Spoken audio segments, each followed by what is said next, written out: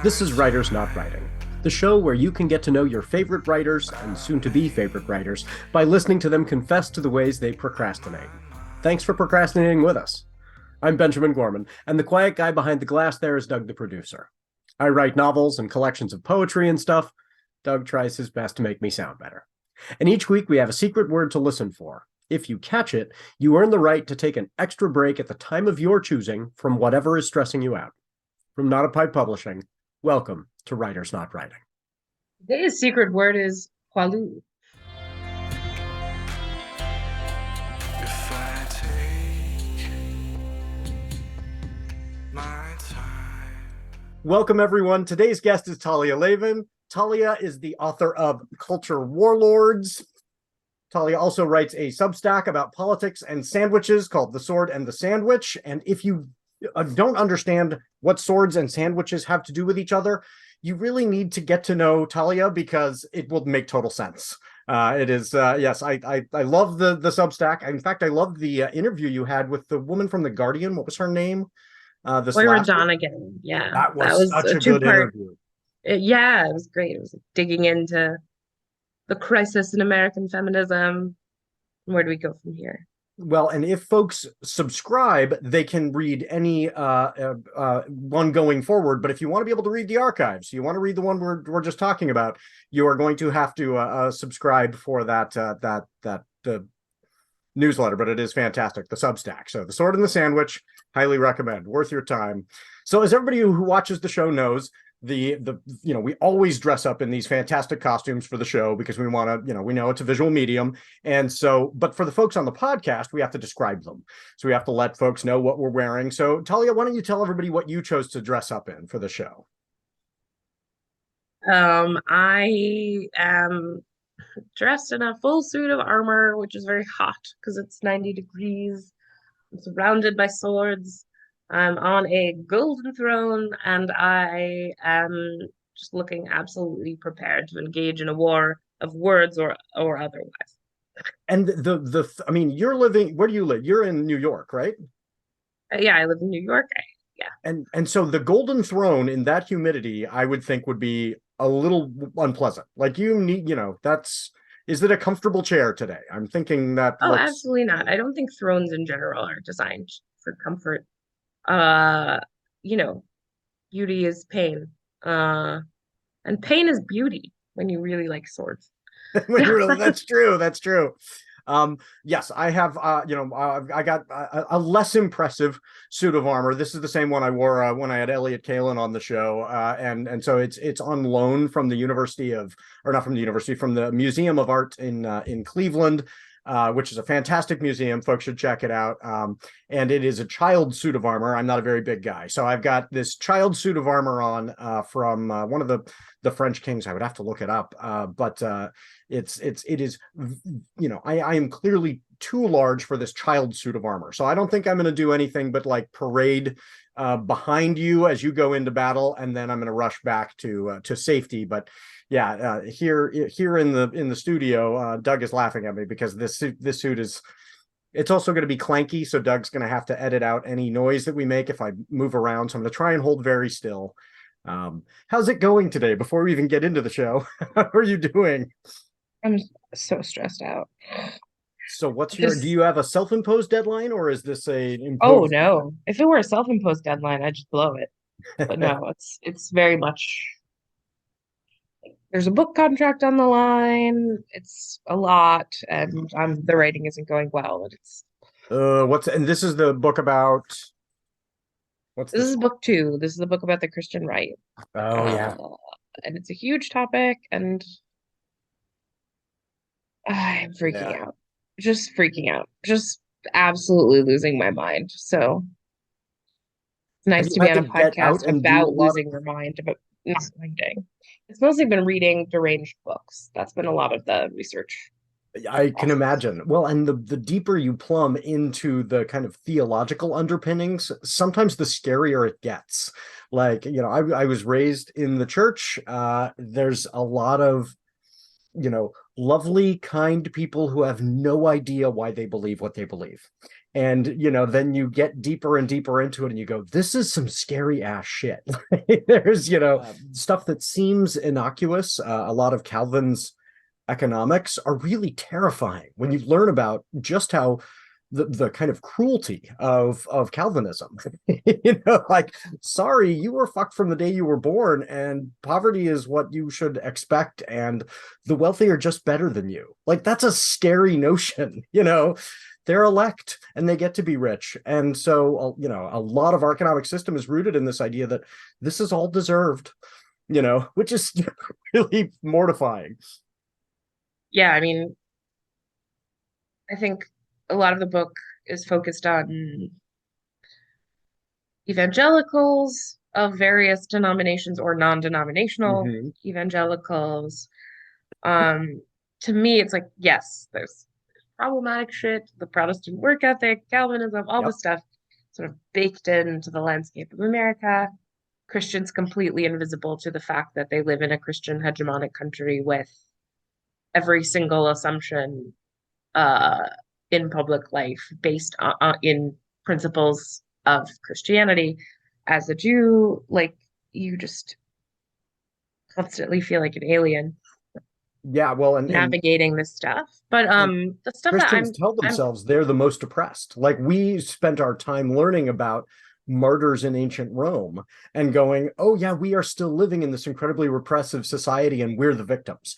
And there's not been a kind of cultural shift to, oh, we're the dominant, the numbers are with us. Like, I'm sure you'll meet these, Christians online who are still saying, we're the most threatened around the world, and that's why we have to behave this way, which is will meet. No, yeah, I have yes, not. run into constantly. Yes. Yeah, no, I mean, and it's actually something that I came across a lot in book one, which is about explicitly fascist mindsets, but it's always the sense of victimhood is as an excuse for aggression. Yep. And the existence of people who live differently and want different things is an attack. Yeah. And renders the excuse. And so right now we're living through like a lot of news cycles about like, oh, if trans people just hadn't been so aggressive about wanting human rights, and we wouldn't be forced to backlash. It's very common.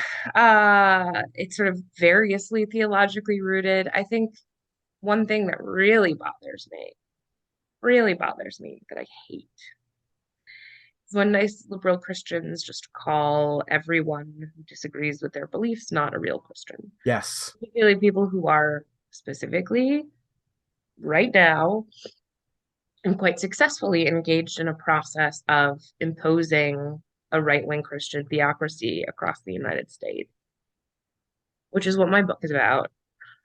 Yeah. Fucking with it. Very heavy topic. But I mean, feels like pooping bricks. It's just not going well. But at any rate, it's like, it's a no true Scotsman fallacy.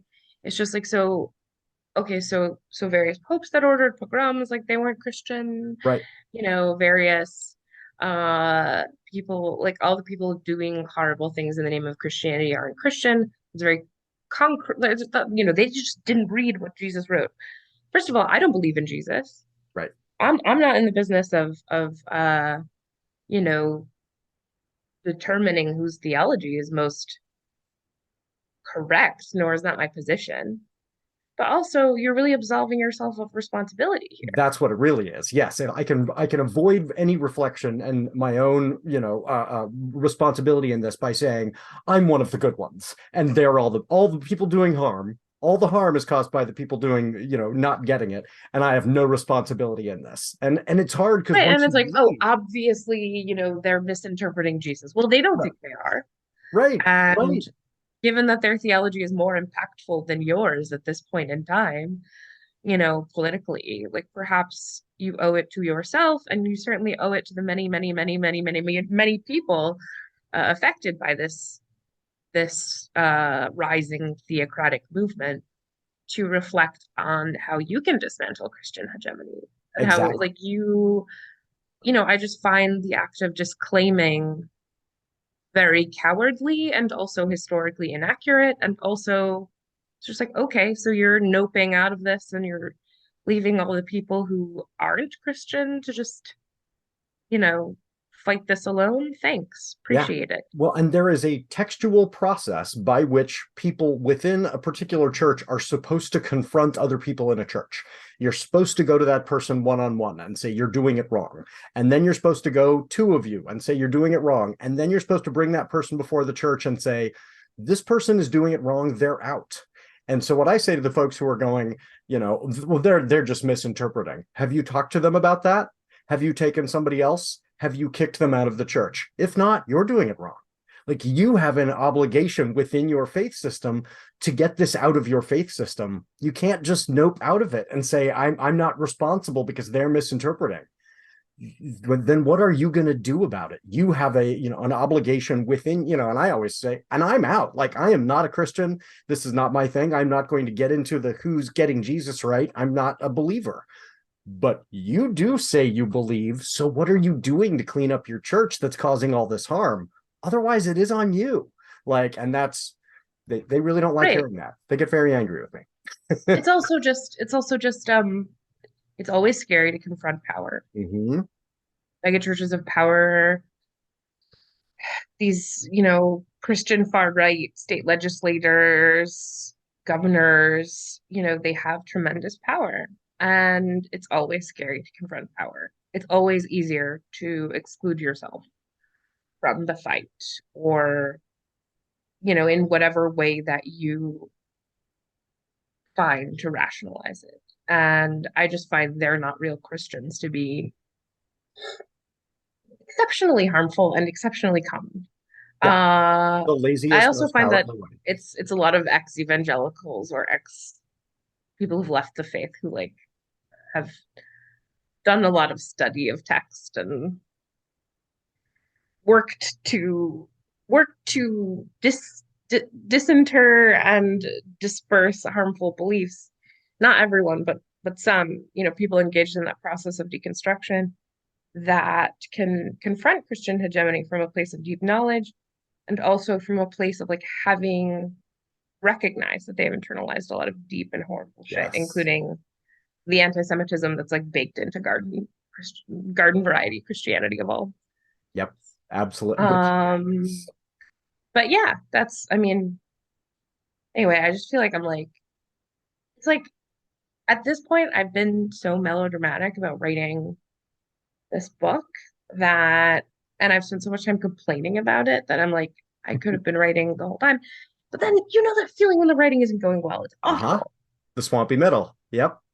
Yeah, and it's not even the swampy middle, it's the swampy rewriting the introduction according to external specifications that I feel confused about. It's just a crappy point in the process. And usually, and I'm very lucky, for me, my process is usually I think and I worry and I research and I contemplate and I, read sources and I turn it over in my head and then I sit down and thousands of words pour out in an hour and it feels great. I feel like my hands are on fire. They're skating across the page. In this case, because the worries are external and financial, a lot of the worries, book writing is a business. It's not just pure art. It's just been so slow, so painful. I'm just dragging out every word and it's not my best and I know it's dull and it's not good and I hate it. I hate the book. I hate myself. I wish literacy hadn't been invented. I'm going to go back in time and kill Johannes Gutenberg. I'm going to Carmen Sandiego every early iteration of the printing press. It was a mistake to teach women to read. I've just gone.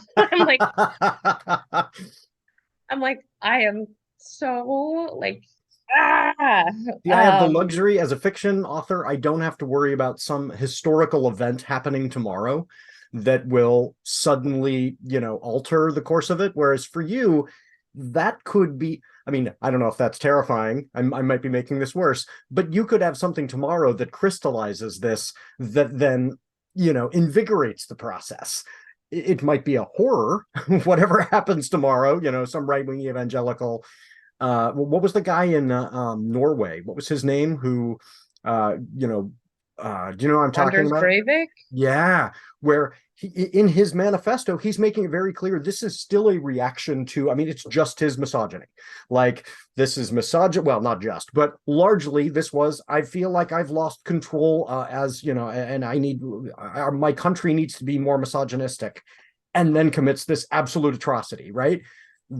That we live in a world where that could happen tomorrow here. I was at a 4th of July event, and I had this horrible, we're selling books at a booth, and I had this moment where I was like, we haven't had a terrible mass shooting at a fireworks display yet. Fuck. Yet. Like I was saying, yet. Like, this is going to happen, and there could be the right-wing Christian massacre tomorrow that provides the manifest. I mean, not that we haven't had them, but that provides the manifesto that is the text that gets you going, see, motherfuckers, like I've been telling you, and so how do you write the book in advance of that, knowing that's the reality we live in, that could happen tomorrow? Yeah, I mean, you crystallized a difficulty in writing books that are sort of about the current state of things, especially because, as you know, publishing is on like a year delay usually. When I wrote my first book, Culture Warlords, it came out in November of 2020, and then January 6th happened a couple of months later. Yeah. It wound up goosing sales a bit because people were like, oh, yeah, like maybe I should understand this thing. Maybe I should figure out what right-wing terror is all about. Luckily there's this convenient book that just got published all about it. I'm certainly not hoping for anything horrible to happen. In my case, in this case, it's more like, what terrible, like the Supreme Court's out for the summer, I think. So yeah, good. For now. But it's, yeah, I mean, when you're writing about nascent theocracy, it's more like there's just crazy shit happening all the time. And I'm writing about some of the wilder fringes, but I'm also writing about how the fringe is now in the state house. Like, there isn't really the comfortable divide between the crazies and the like sensible guys. Not that there ever was necessarily cleanly in American politics, but I think whatever differentiation there was has largely collapsed or is like so infinitesimal as to be insignificant. Like, I think a guy like Ron DeSantis, is an extremist, open extremist. Oh yeah. There are many state senators across the country, some of whom are like wild. But you have Greg Abbott is an extremist. Like, so these very mainstream figures like have very deep roots in very extremist theology, have allies with, very extreme groups. And so how do you write about this without seeming alarmist? How do you write about this in a way that's like deeply researched and reflective, and also the prose sings? It's a lot to like ask. And I do wonder, with a yourself. person like DeSantis is a good example, how much of it is his ideology? How much of it is him leaning into what will be rewarded? And what does it tell us that we can't tell the difference anymore? That he's working in a media ecosphere and a right-wing, sphere that the most, because he is the guy's policies. I mean, he's a full-on fascist. Like, he is a systematic, I want to put these policies in place that do the maximum amount of harm. And yet, how much of that is because that's what's going to get me attention and get me the votes, and how much of that is, this is what I've always wanted to do? Stephen Miller, like, who, even when it was unpopular, was willing to be an absolute horror show. Is DeSantis going, that looks good? Or is he saying, this is what I've always wanted to do? And the fact that we can't tell, what does that say about that media ecosphere? And that, and so I don't know if there's any tracing his stuff to see, is this rooted in something, or is this opportunism? And what does it say that the opportunism benefits fascism now? But it's It's I mean, yeah, I mean, for me, the question of internal motivations and hearts and, what does he really think? Is this grifter just setting out, like, is, any given right-wing grifter setting out to fleece the flock, or does he genuinely believe this? And my answer is usually yes. yeah, Like, yep. Well, and I really, always say, impact is greater than intent. Like ultimately, yeah. I who mean, is he harming? I think it doesn't matter. It Yeah, matters very little to me as a human and as a writer. Like, I'm not really interested in interrogating that question. yeah, Like, you can talk about the motivations, and that's interesting, like the echo chamber you mentioned. Um, but to me, yeah, impact is so much more important than intent. And it's always the people who are the most privileged and the most harmful whose intent we examine with sort of the most uh incipient generosity. right. And Well, I wouldn't so ask it to absolve him, but I would ask it to interrogate what is deeply wrong with this culture, right? Not that this excuses his behavior at all. If you are leaning into fascism in an opportunistic way, you're just as awful. Like the harm is just as real. But what does it say about a system that rewards that? Like that they have gotten to the place where they're going, fascism is the way to go. There was this great book that I read about the history of fascism, one of the by a professor I believe he was out of Yale, and he was Snyder, saying, I could be, but he was probably saying that, Timothy Snyder's book. yeah, probably. And the point that like jumped out at me is fascists, when in power, never have an incentive to make the lives of their constituents better. It's always to make the lives of their constituents worse. Because if you need the support of people and you've said the only reason to support me is I'm the bulwark against your misery, you have to keep those people as miserable as possible. And so it's never, they're not. And so then we as liberals go, but they're voting against their own self-interest. This is so crazy. The things that this person's going to do aren't going to help them. That was never the point. It's to activate their misery and then keep them miserable. And I was like, oh, that makes a lot more sense. Like they have not even, there's no desire to improve lives. And we say, how, like we don't get it. Like, how is it that this politician is still maintaining support when they're not improving the lives of their people? They were never even trying. That's not the point. They want to keep them as miserable and outraged as possible. And that was, Well, I think the outraged is the key point. yeah, You keep people immiserated and you keep pointing at, yep, targets, yep, and saying this is the reason for your immiseration. yeah, Rage is like the principal tool here, operant tool here, as far as I can tell. Rage and cruelty and a kind of sadism, a desire to hurt the right people, as a Trump voter memorably put it in like a 2018 feature in the Times. He was mad at Trump because he, quote, wasn't hurting the people he's supposed to be hurting. uh-huh, And that's just really stuck with me. yeah, And especially when you're looking at it from a Christian right perspective, once you understand that control is the primary goal, like absolute control, yep, then you begin to understand things a little better. I mean, I try to, like, my books aren't about scoops.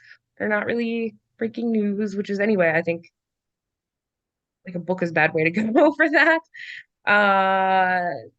I'm more trying to examine the psychological, historical, theological motivations um of these kinds of phenomena, with the goal of having something that will still provide insight a couple of years later. yeah.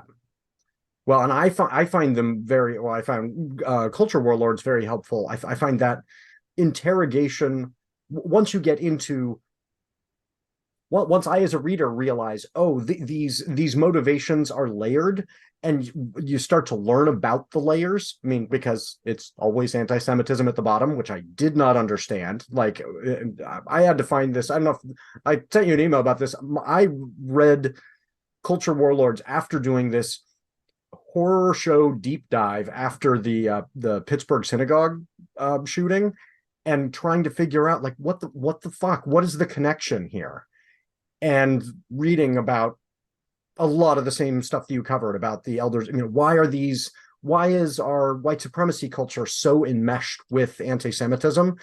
And then learning about that and now, once you have seen that, you can't unsee it. And it is I think seeing the connections is very helpful, like to understanding. Before, it was just so much of what I was reading was just made no sense, and now it makes a horrible sense, if that makes any sense. Like, Oh now yeah, I I see the mean, connections. yeah, I think understanding is knowledge is power, blah blah blah. But like, if you're looking to understand and if you're looking to defeat a foe, like understanding them is important. I, even as a far right reporter, like I had always known anti-Semitism was the key, but not necessarily known why or just like how deep it went. And exploring the history of anti-Semitism in America and just the role that anti-Semitism plays in white supremacist movements and their sort of more politically mainstream sort of buddies or shadows or parallels or whatever you want to call it. I mean, and in the years since writing the book, I've like kind of been continuing to think about it. Like the two things that feel salient to me are just like, first of all, anti-Semitism, like the ancestors of modern anti-Semitism date back to like the 9th century. But I'm talking about specifically, I think the first, and I mentioned this in the book, but like the first sort of um not just like we hate Jews because they dress different and we think they smell like garlic and we're going to kill them. Uh the idea that Jews are like meeting up in secret to plot To the organize people of downfall, color, right? right? It's To that down connection, that they or are secretly behind the potential rebellion of people of color, who by well, themselves wouldn't do it. But that's, the connection between the race war and the Jews as the secret cabal organizing that is right. But I'm talking about the antecedent, right? Like, so you have that this it was this this blood libel, yes. pogrom, in I think it's currently the Italian town of Trentino. There was a young boy named Simon of Trent who died. Um, and this was sort of the blood libel like persisted for several thousand years, but it was this idea that Jews were originally it was that Jews were killing Christian children and drinking their blood in a perversion of the sacrament. Then it became Jews are, putting blood in their matzah on Passover to That passage desecrate. was one of the few where I laughed out loud in your book. I was like, these people have clearly never had matzah before. Yeah, like it's not blood pudding. It's just it's it's quite very, dry. yeah, like, and also we have a strict prohibition against eating blood, but whatever. Yeah, right. Um, Not at all kosher. but this is the 1100s, and what you had then was a series of pamphlets that came out. Simon of Trent was canonized. The Jews of Trentino were all murdered.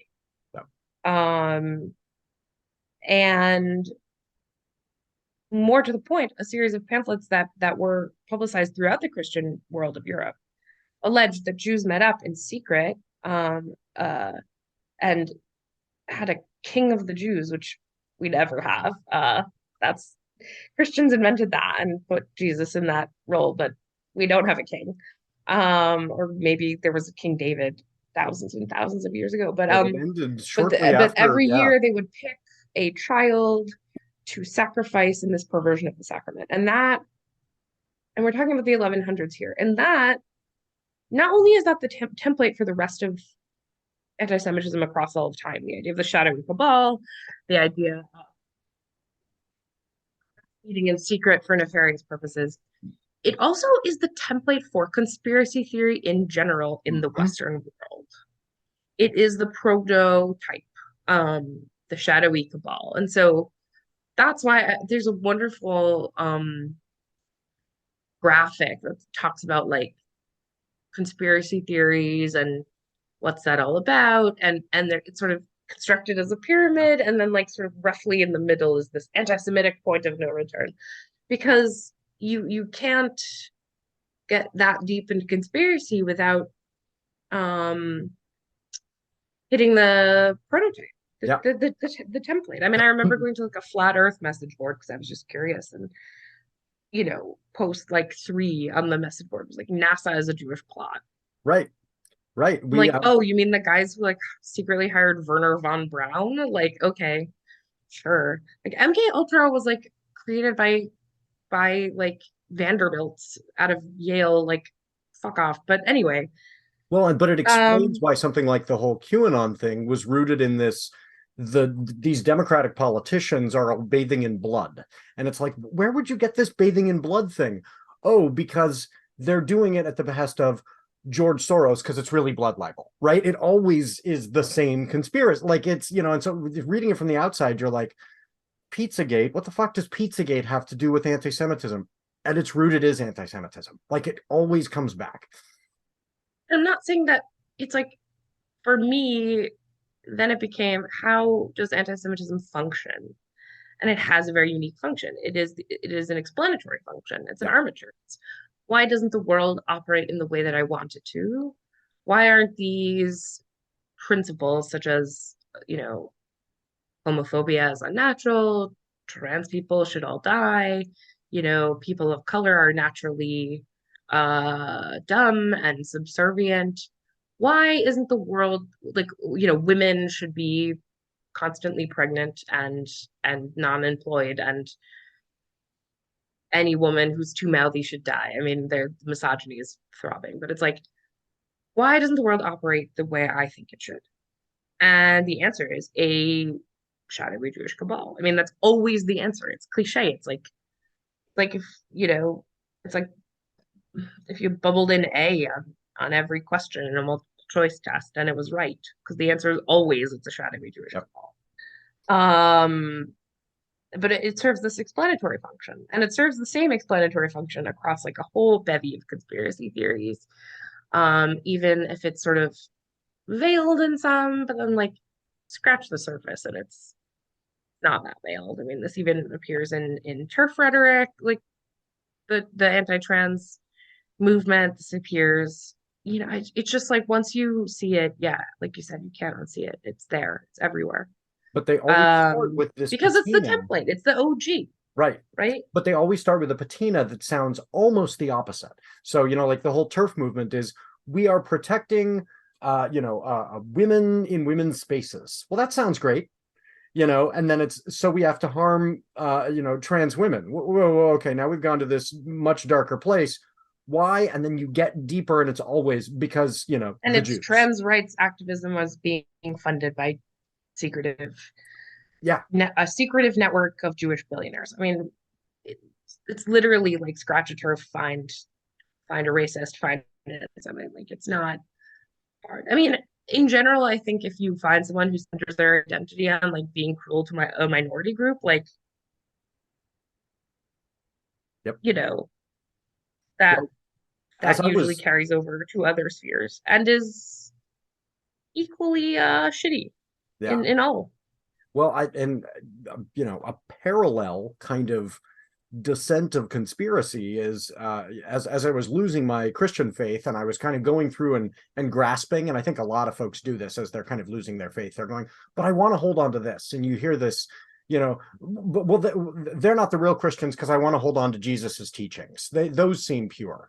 And then as you kind of lose that bit by bit, and you go, wait, okay, but this is still fucked up, and this is really problematic. What I found was all the interpretations and all the kind of debates within Christianity theologically, if you separated yourself from those debates and said, which of the two positions will most favor the people in charge and keep everyone else controlled, that's the position that's going to win.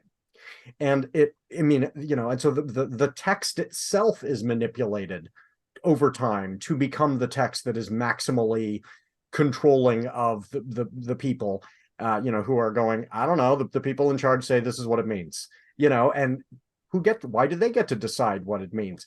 Because again, that gives them power. Like, and so it allowed me to kind of go, oh, I understand why this this thing that was presented to me as this lovely community having potlucks and singing songs together and sharing food, which is beautiful, is built on this foundation of, but we have to make sure you are doing what you are told and these people are in charge.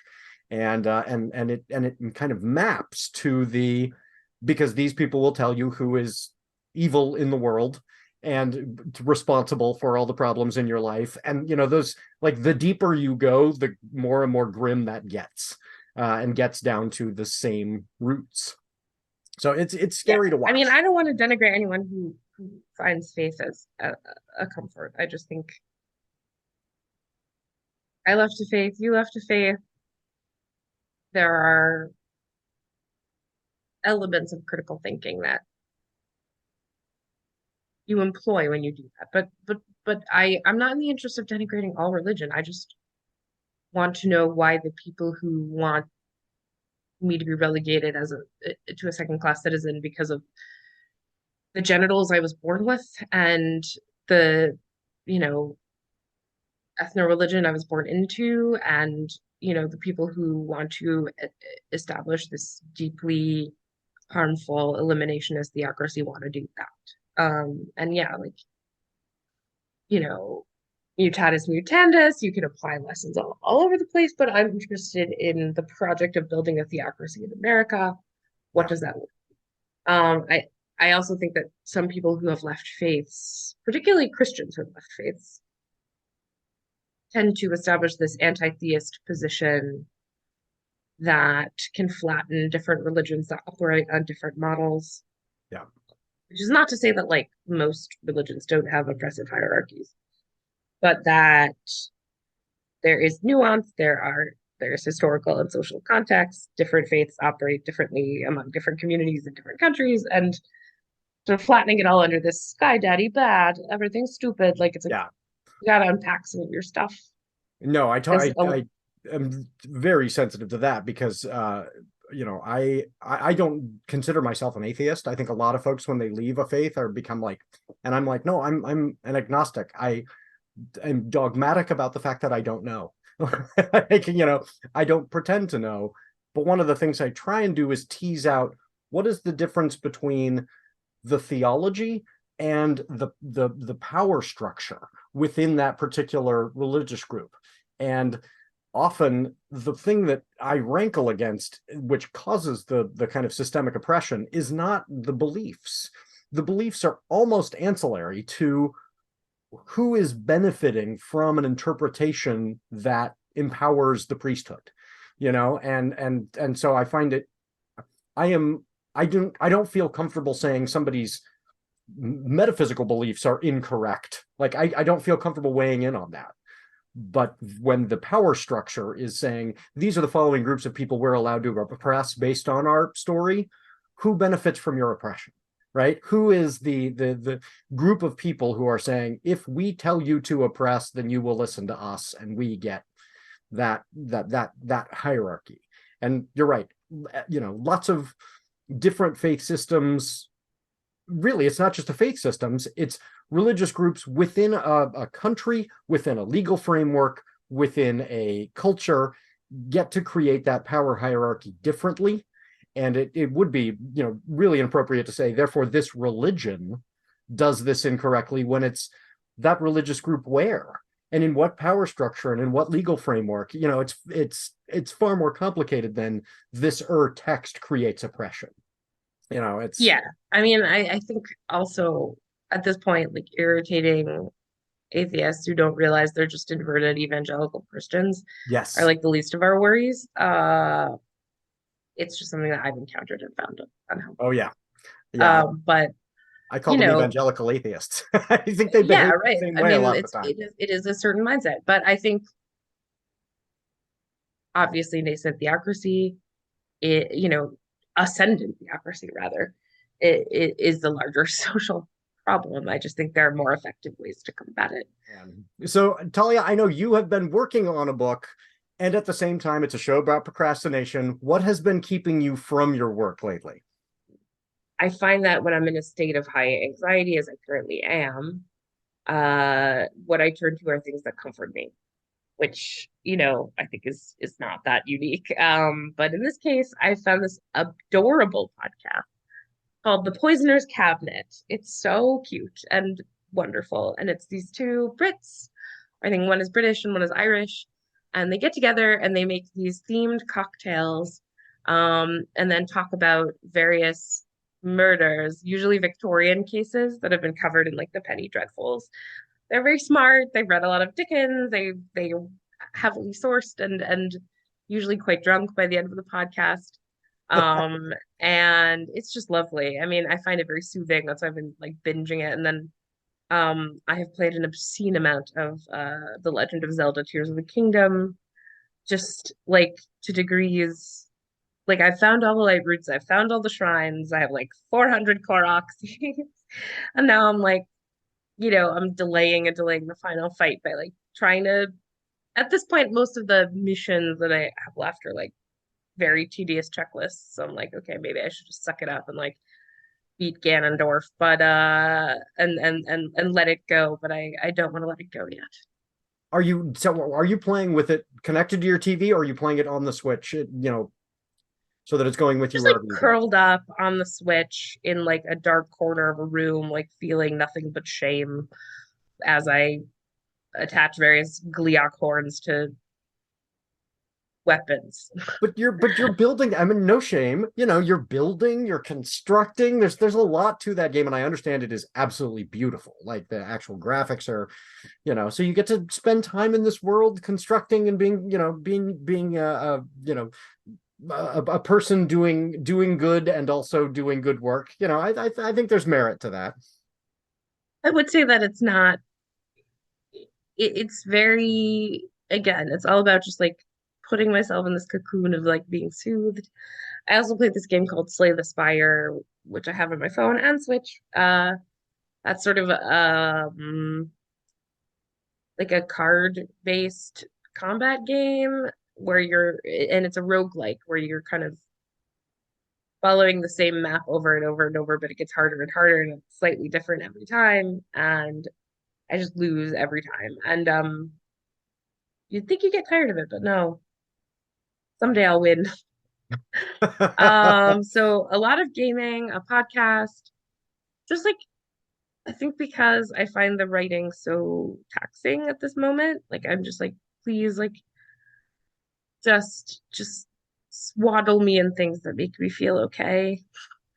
But of course, procrastination makes you feel worse. It's like it's a so the more stressed I get about the procrastination, the more I want to soothe myself. It's this hideous, vicious cycle. Well, and maybe someday you can write about how the connection between Slay the Spire and anti-fascist activism.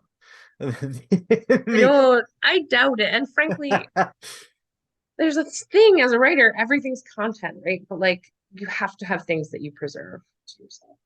But I You am have to thinking have about things you don't. the process of going to work doing something you will not succeed at feels a lot like like the struggle for justice in the world. Like we keep trying, and so maybe you're preparing yourself, Oh emotionally for God. Oh, come on. What are you, the Fantastic Four? You're Stretch Armstrong?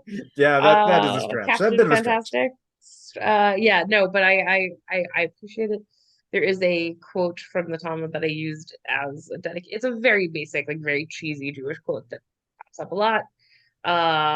In Hebrew, it's Lo alecha hamlacha ligmor, velo ata ben chorin ligmatel mimena, which is like it's not you are not obligated to complete the work, but neither are you permitted to sort of excuse or remove yourself from it.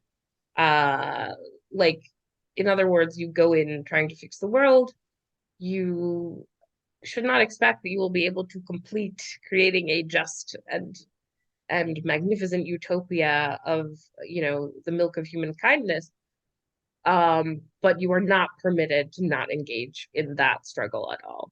And I kind of use that as a bit of a guiding light.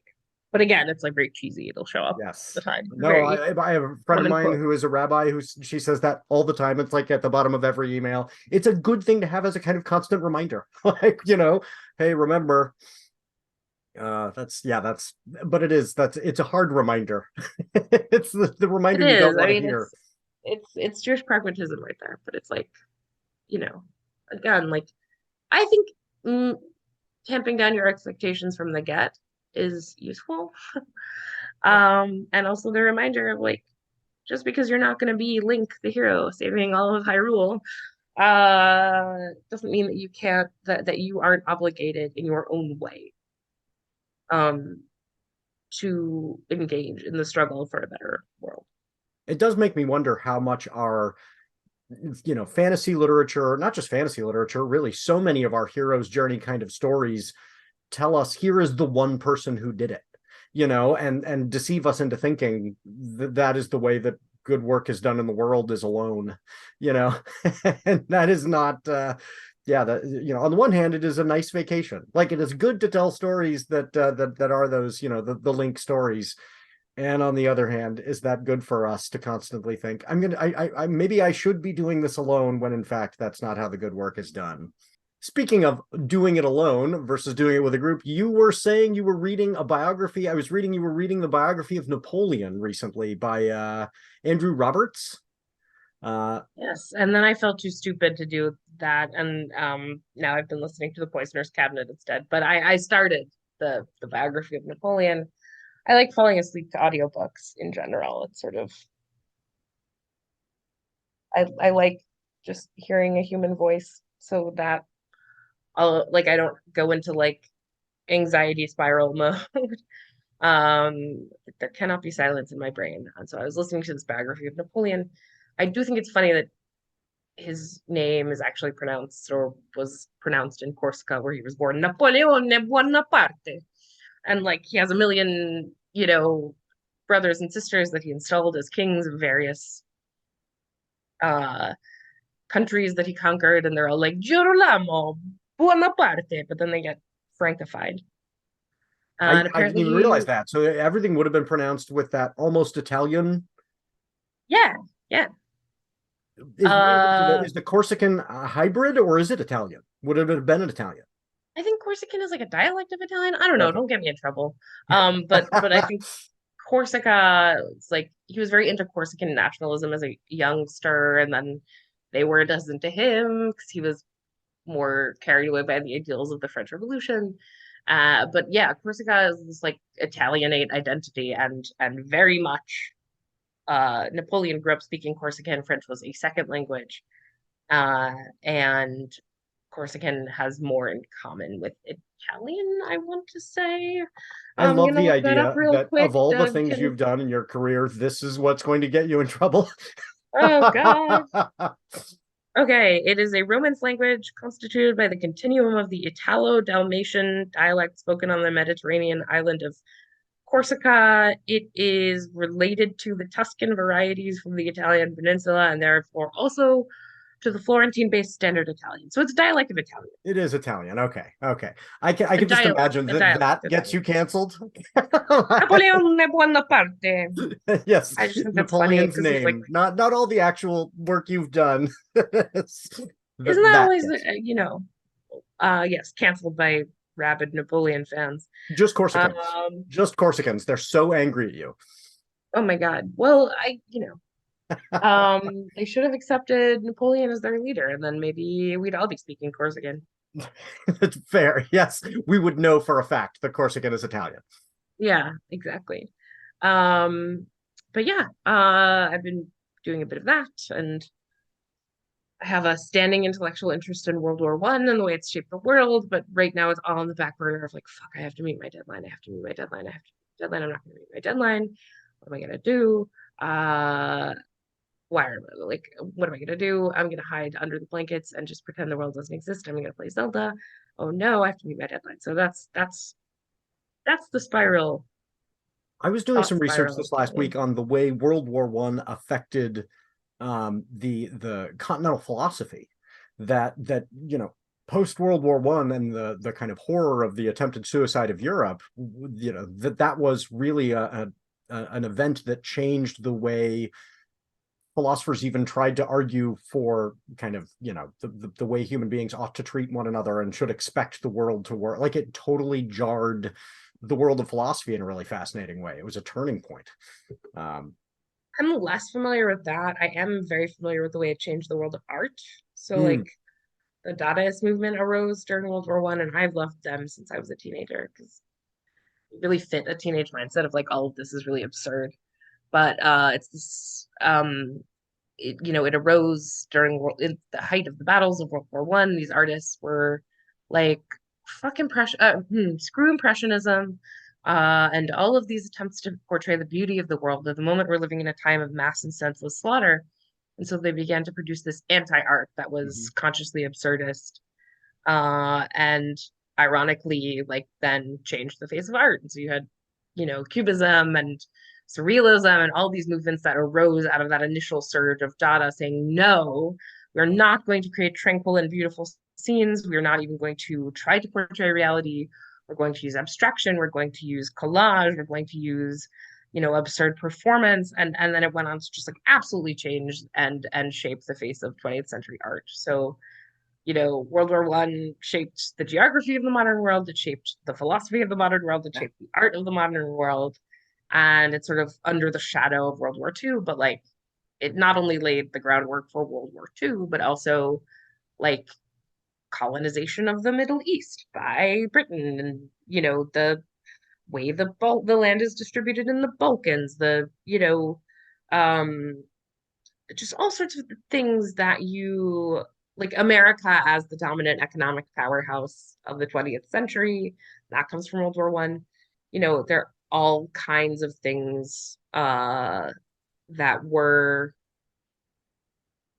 created during this first total war that I think gets sort of skipped over in American education, at least. Yeah, I was not taught about it in that way in school, certainly. But yeah, I mean, in a way, it was almost like the anti-Enlightenment. Instead of let's create art that reflects the beauty of the world, let's create ethical systems that are logical and reasonable, let's create, art that is representational. It was like an anti-Renaissance. This is, everything is absurd. Kind of a political pragmatism was more justified. We can go cut up the Middle East and do these things, and it's okay because, realpolitik. I mean, a lot of that has its root in this sense of seeing madness and horror on that scale. Was something that, yeah, I do think we would do well to reflect more on how it changed our day-to-day lives in the modern era. Yeah, I mean, I also had the not so minor fact of the Bolshevik Revolution. One of the facts that I learned that I thought was pretty great was that like the Germans the Germans like shipped Lenin in to St. Petersburg. He was in exile. They shipped him in a closed train to um in order to mess things up in Russia, which was allied against Germany. And like it really worked. Yeah. It worked spectacularly well. The Bolshevik Revolution was literally a German plot. And then like very soon after attaining power, Lenin accepted like a very unfavorable treaty with Germany. So for all the people who have subsequently sort of talked about like how communism is a Jewish plot, I'm like, no, actually, you should be blaming Kaiser Wilhelm in a very direct way. Yes. So that's my other take on matters. I had never heard yeah. that. That is fascinating. I mean, and it cuts against that whole, this is this pure communism was this pure ideological movement until it was corrupted by Stalin, and until it was corrupted. Like, no, it's always been any real movement trying to actually move a nation is going to get very dirty.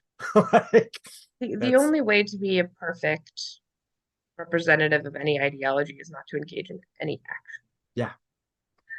And that applies to everything. Yeah.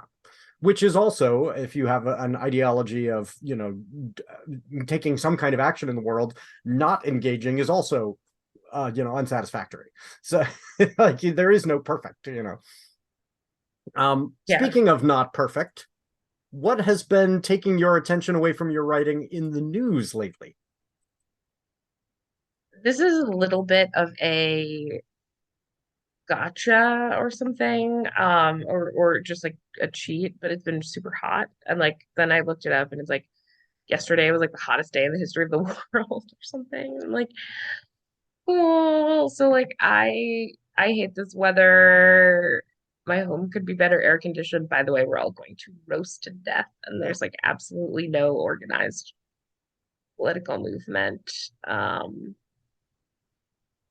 that you know that is standing against this in any particularly uh efficient way. So yay. Yeah, no, I mean, but it's Sorry, my answers are so bleak. no, I mean, I'm a fan of audiobooks too, and I've been reading, I'm going to look up the author's name right now. I've been reading Wool by Hugh Howey is the author. Hugh Howey's Wool. They've got this TV show version, Silo, and I was hearing people say, "Oh, you really need to check out Silo," and it is based on this novel that had previously been recommended to me, many times, and I was like, "Oh, man, maybe I should get around to that." But it's describing a future where everyone is living in a silo underground, and now we're experiencing the hottest July in the history of this planet, and I'm going, as I am complaining, stepping outside into this horrific heat, and then I'm going, my grandchildren may someday wish they could see the sky. How grim is that? Yeah.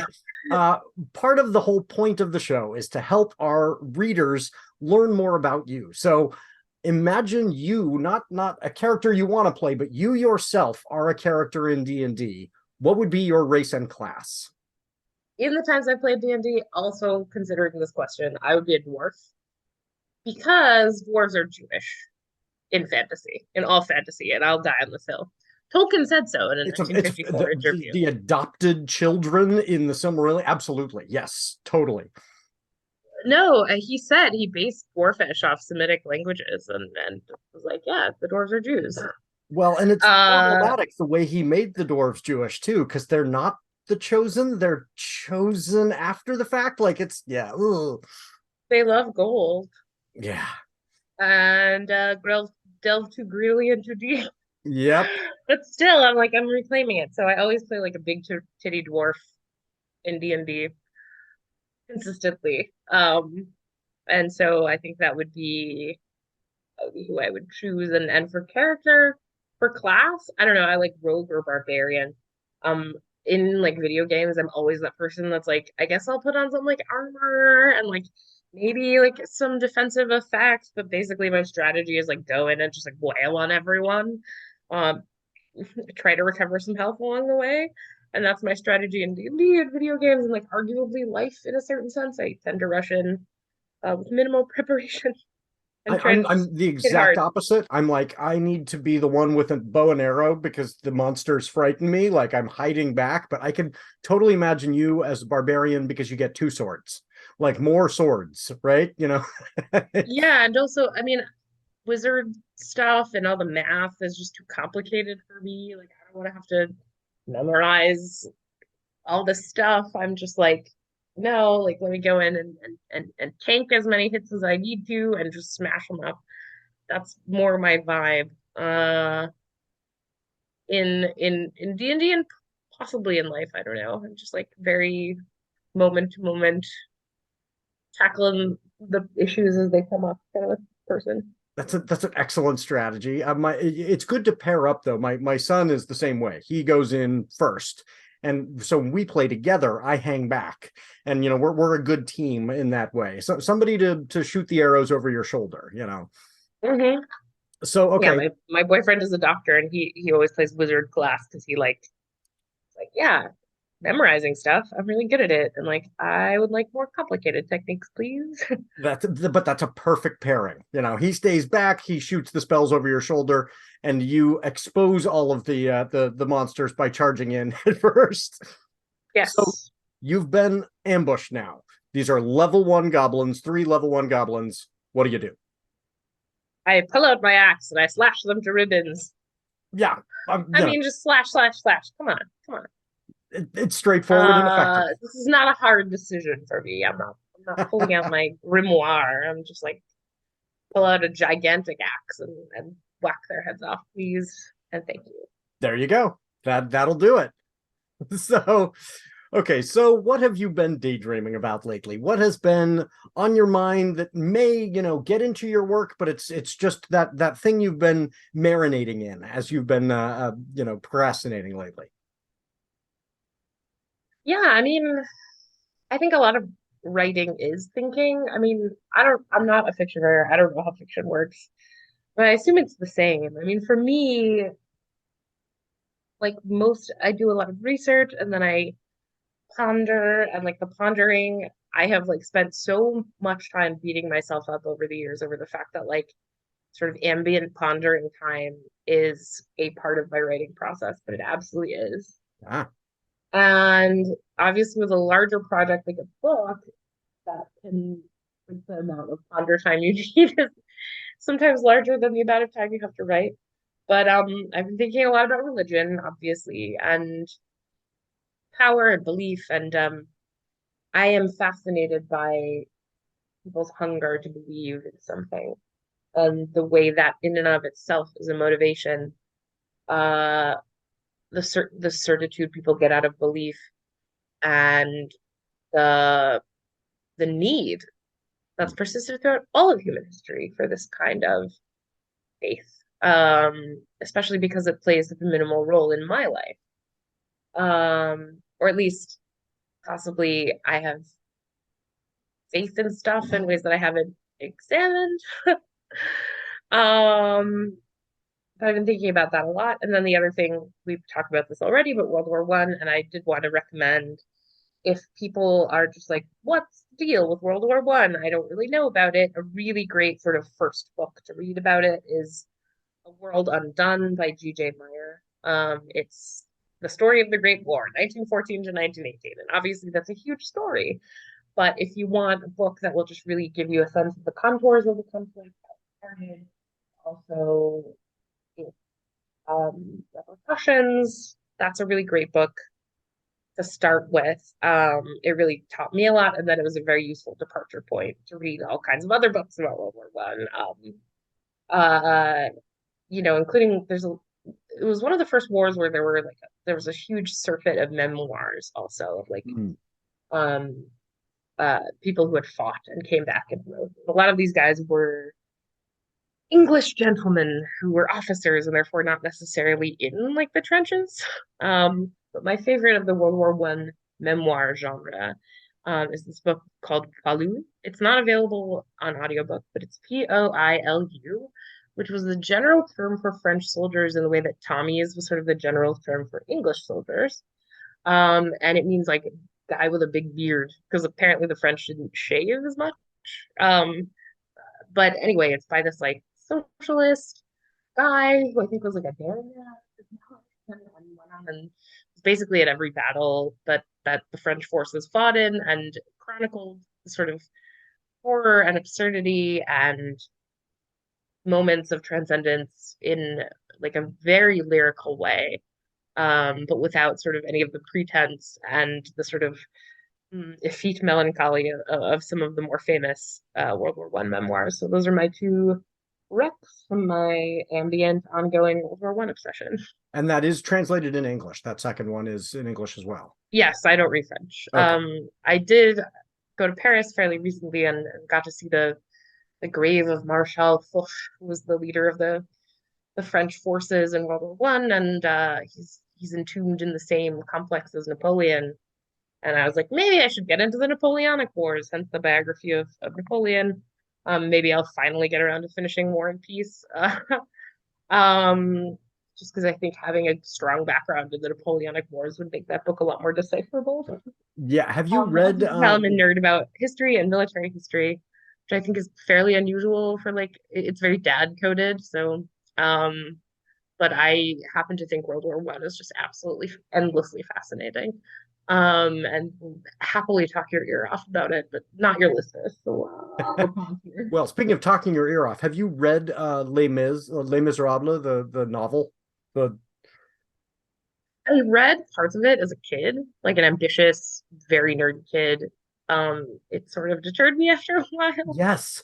No, and the part Uh, that there is a section where he is trying to justify why one villainous character is villainous and spends about 100 pages explaining the Battle of Waterloo, which I think you would love as this description of this battle. But narratively, the whole thing is just to get to the point of, and this one bad character shows up at the end and he's stealing gold from the teeth of the corpses. It is, there's any modern editor would say, you don't need this 100 pages describing this battle, but if you're into the Napoleonic Wars, it's a fantastic description of this battle that goes totally wrong, you know. So yeah, that aside should be a novella in and of itself. Just to say this character's bad. I love the musical. And I loved the movie of the musical. I thought Russell Crowe was a perfectly fine Javert. I like his first line, and I'm Javert. Um, do not forget my name. I'm very much a Les Mis girl. I thought Anne Hathaway was fantastic. It was great. I made multiple boyfriends watch it in its entirety.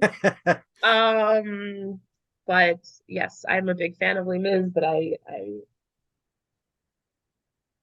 much as I love reading, the 1,000-page novel feels a little bit daunting to me at this point in time. But I feel confident I'll circle back to it because every time I read a novel, I feel I learn more about myself and like the truth of the universe. And even though it's purporting to teach you more in a direct way, it doesn't always necessarily achieve. I've found that I've learned a lot in my life from fiction, and I'm very grateful for the times where I was really absorbed in reading fiction. Um, and so I'm not one of those people that's like, I only read nonfiction about wars, you know? It's just that's been my reading patterns lately, but I'm always open to a novel that will ease my heart. Well, and I'm not sure I'm recommending the whole thing. It is a monstrous undertaking, but if you are interested in the Napoleonic Wars, that passage you might get a kick out of it. It's a big book. It's a big book, and it's not. They needed editors back then. No, I think that if you want to understand the literature, history, culture, and production of 19th century Europe, you really have to get a handle on the Napoleonic Wars. So I don't know. I think teaching myself the history I never learned is an ongoing life project for me. That is kind of tantamount to intellectual dilettantism, but I'm just kind of like, okay, gonna follow my nose and dive deep when I feel like diving deep, and it's been a great pleasure in supplementing my education. Oh yeah, that same here. Apparently, somebody has written a series of novels that are about the Napoleonic Wars, but they're kind of a what if. And the what if is, but what if dragons existed and functioned as kind of the weapons of mass destruction of the Napoleonic Wars? And I have not read it yet, but that sounds like a fantastic conceit to me. Like, you know, so I feel like I would have to learn the Napoleonic Wars better to then understand, oh, this person is positing that the introduction of dragons would change them in the following way. But I think it's a wonderful idea. Plus, you throw dragons into It's something. that author is Naomi Novik. Oh, is She's it? a fabulous fantasy author. And actually, she's written two of my favorite fantasy books ever. They're not part of the Napoleon series; they're standalones. Um, but she wrote these two books that are absolutely amazing.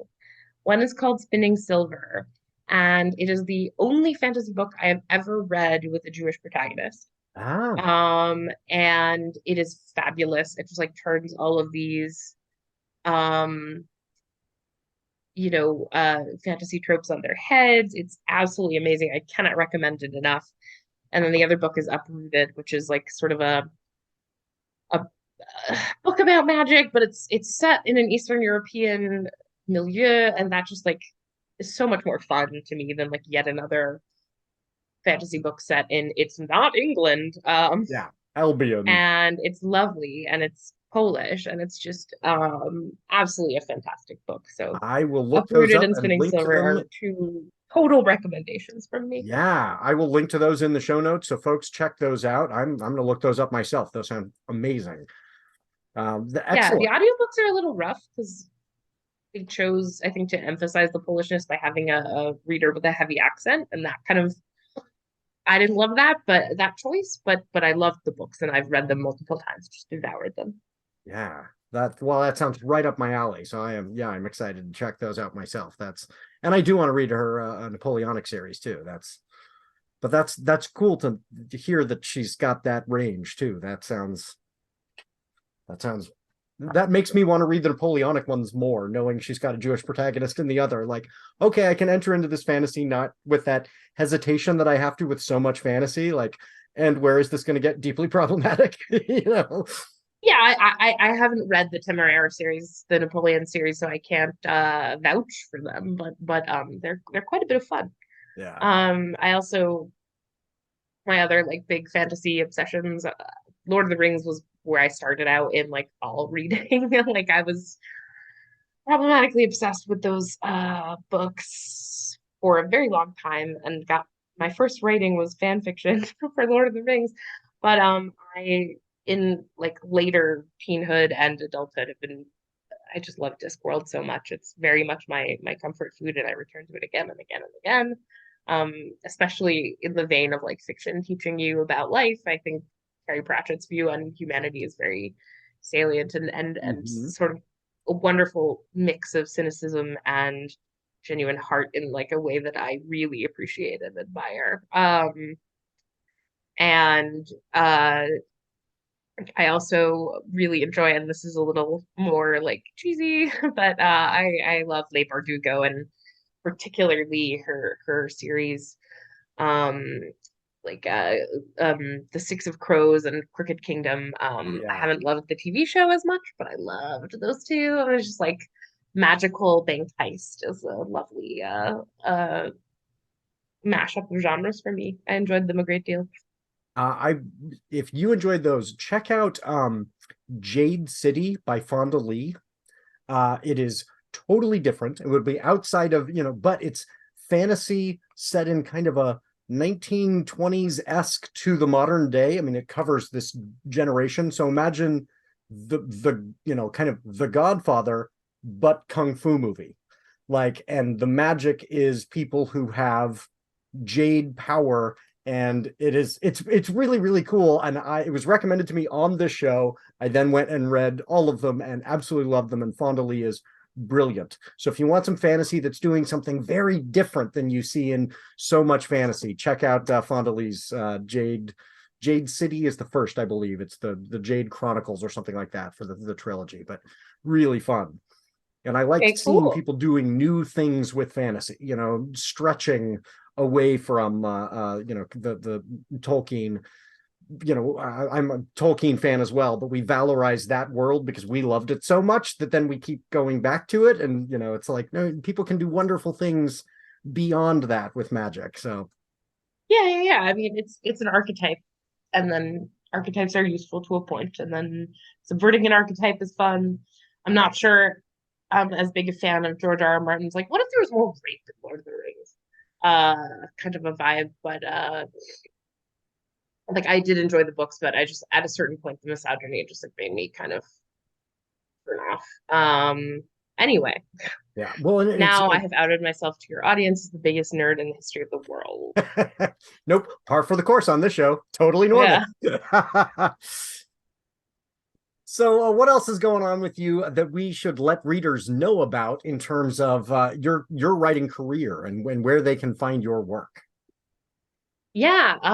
So it's been a particularly hard time to be a freelance writer right now. I spent a long time building up an audience on Twitter, and then in the Musk year things have just really gone south. I had 150,000 followers, and then I got my account banned with by doing shenanigans on the last day. I had a verified check, and I put back up to 30,000 followers, and now Twitter's going down the drain, and everyone's departing to different attack of the Twitter clones, and it's just really hard because all I want to do is like share my work with an audience in a way that's fruitful, like, and I work really hard on my newsletter. Like, I have written 67 essays on different sandwiches. Every week I try to produce something meaningful about, American politics, the right, or whatever else, is sort of a novel, a piece of writing that will fit the news and fit the moment, or is just something I find fascinating. I work super, super hard on it. It's been amazing. Writing this much has made me a better writer. I also work with a lovely editor that I pay out of the subscription proceeds, because with Substack you're kind of on your own, and I need an editor. I do not work well without an editor. And so I just I want more subscribers. I want more community. Like, I think it's been great, and the amount of subscribers we have, and the sort of way people interact with the post is so lovely and gratifying that I just like, please subscribe to the Sword and the Sandwich. I put my heart and soul into it all the time, and it, I think, is usually surprising and unique, and will be a lovely addition to your inbox. Yeah, it really is excellent. And I think folks, please read Culture Warlords as well. And when you get to the end, you will then want to sign up for the Sword and the Sandwich, because the way the book ends, I know, nonfic, it's not spoilery, in the same way, but like, I don't want to spoil the experience of reading the essay at the end for folks, but it's beautiful. The essay at the end is so beautiful and feels so earned by the whole book that then I want to read your descriptions of sandwiches. Yeah. I love food writing because it's never just about food. Yeah. I'm not someone who's like going to fancy restaurants and writing about tastes and textures necessarily, although I think that can be awesome. I usually am talking about the history and the culture and the migrations and the I don't know. Sometimes I just cheat also. And like for example, for the egg sandwich, I went and talked about various creation myths of the world that begin with the earth hatching out of an egg. Yeah. And just like the concept of the world egg and the cosmic egg. And I talked about that for like thousands of words, which was great fun for me. And I think readers appreciated it. It's kind of a wild, trippy ride. And rarely, I think, is there an essay you're just like, this is okay, you described a sandwich. I just view them as prompts to kind of get as nuts as I want and not worry about staring into the maw of hell. So it's been great fun. And then also, if you want staring into the maw of hell, there's plenty of that, and especially plenty of that in Culture Warlords. And if you like my voice, I did do the audiobook with accents. Yes. So check it out. It's out there. It's in your local library. And it's definitely on all the places you can buy a book.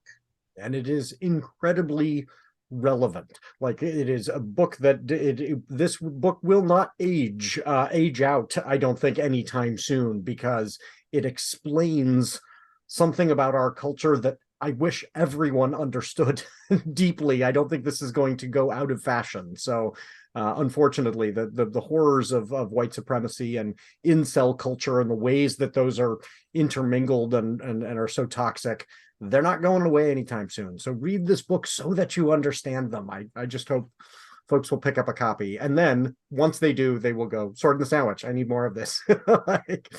Which, again, people aren't going to understand why those connect so well until they read the book. Read the book, you'll get it. Well, thank you. Yeah.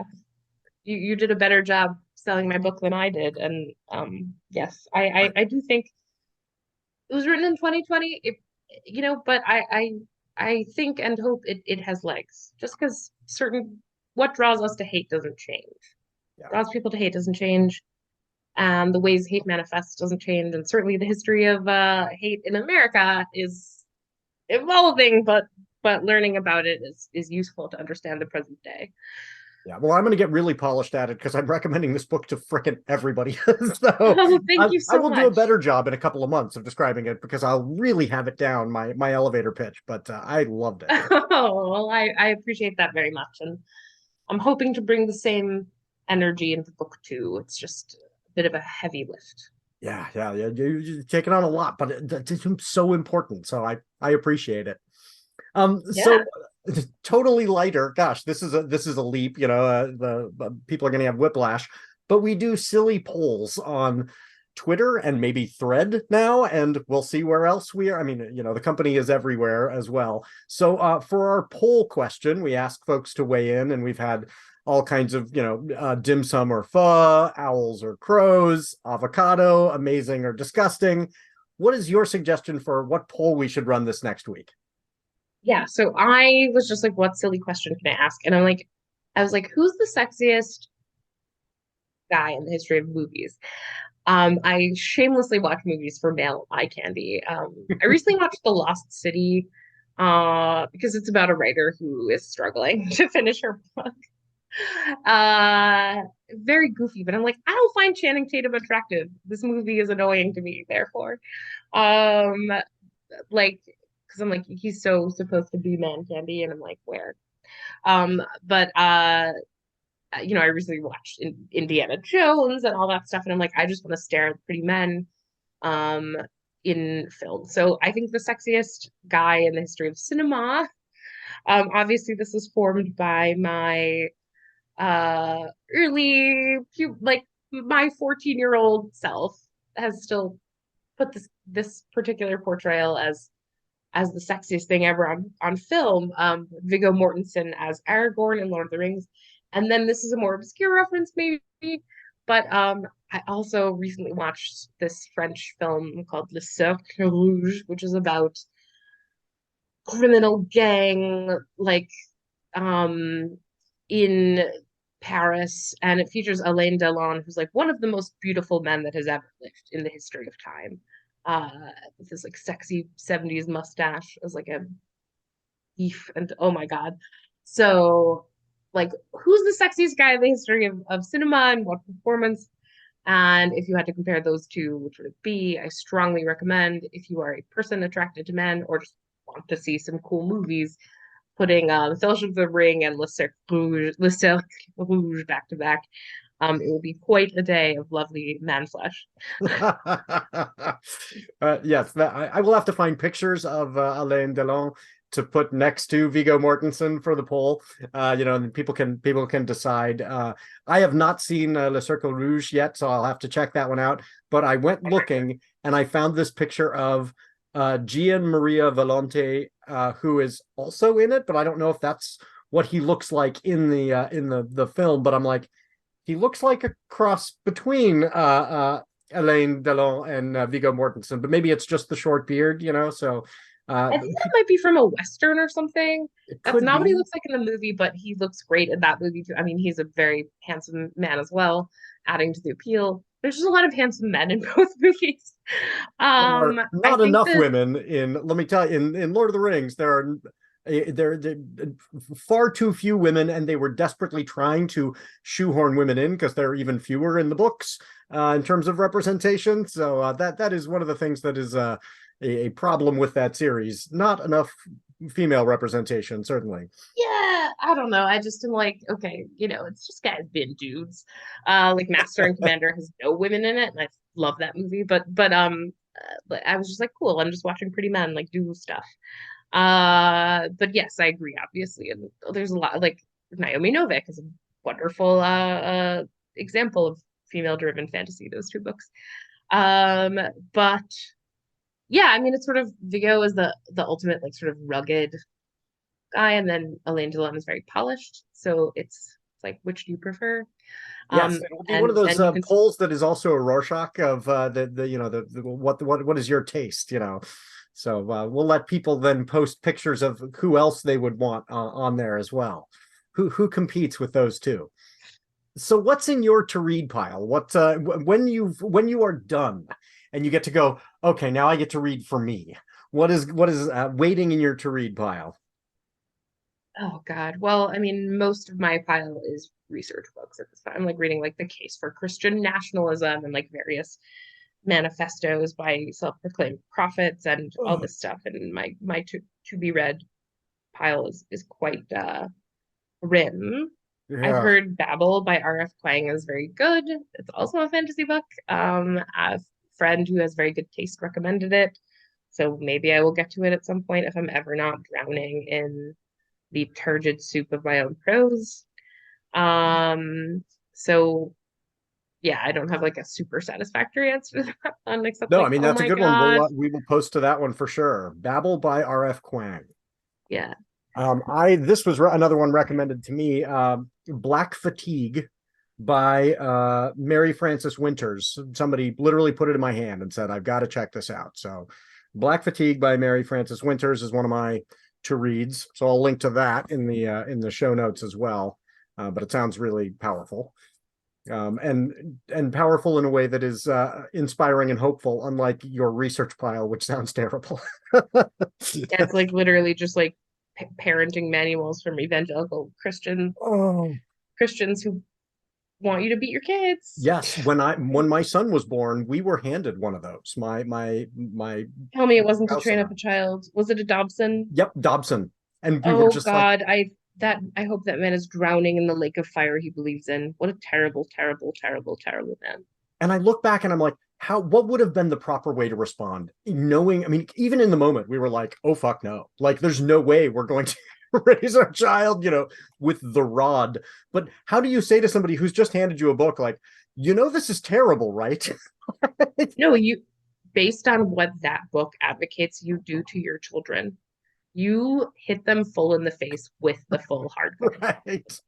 Fuck that. Screw that person. That person is a bad person. That person is handing you a book that advocates that you beat toddlers. Yeah. There's no moral valence where that's okay. So where can our viewers and listeners find you right now with the whole Twitterverse exploding? Where's the best place to keep up? Yeah, so I'm still on Twitter, which is a dying mall full of Nazis and people trying to sell crypto, but I'm still there. My username is @MobyDickEnergy. And I'm on Bluesky at swordsjew.bluesky.social, or you just search my name. I haven't done threads yet because I just think I don't want to do threads. Like I hate the metaverse user experience, but we'll see. Maybe I'll succumb. I mean, as a freelancer, it is economically necessary to reach I know audiences and editors, and I just so I'm like, fuck it, I guess. Screw it. I guess I'm forced to keep joining these horrible sites, but just to be my own unpaid publicist. But the best place to keep up with my writing is my previously mentioned newsletter, the sword and the sandwich.substack.com. Check it out. There's a full archive. And if you become a paid subscriber, you can check out a novel that I wrote that is in the archive. Oh, okay. I need to go back through the archive. That's I've got some reading to catch up on there. Good. Yeah. Okay. Well, let me do our thank yous, and then we will get to our send off. But first, I want to thank Max Oakland, who reached out and provided one of his songs for our intro. I Prefer the Dusk. Let Max know you like it by following him on Twitter at Max Oakland with 3 Ds. If you're in a band and you'd like your song used on the show, I would love to highlight a listener's work like Max's song. So email notapipepublishing at gmail.com about that. Thanks to Doug, the producer, for making this show sound good and taking the blame when it doesn't. And I cannot forget to mention Writers Not Writing is a production of Not a Pipe Publishing, so please go to notapipepublishing.com and check out the amazing books written by writers who didn't procrastinate too much. If you like this show, rate and review it wherever you found it. Please check out Talia's Culture Warlords, my journey into the dark web of white supremacy. Tell a friend about it. Write a short review. Click on that 5th star. It makes a big difference to authors. So if you've got 3 minutes, make Talia's day, click on that 5th star and tell everybody why you like the book. And I am too old to say smash that like button. That sounds gross when it's coming from an old person, but please gently tap on the like button for this show as well. I would really appreciate it. Don't turn your back while you do it. Yes, just, so Talia and I want you to remember 3 things this week. Talia, what's your piece of advice for everybody for this week? So you may think that because you're not the type of person that can like go out and punch a fascist in the face, or maybe you're more homebody or scholarly inclined or nerdy or whatever. First of all, go out and punch a fascist in the face. But second of all, join the fight against ascendant theocracy, against rising fascism in any way that you feel capable. In any small effort that you put in is necessary and worthwhile. Yeah. Yep. And my advice feels like it doesn't connect with that, but it actually does. You will need to take breaks, and it is okay to take breaks. And then please go back to punching Nazis. It is not one or the other. We must do both. So, third, no matter what, no matter how much you procrastinate, remember, we're still proud of you.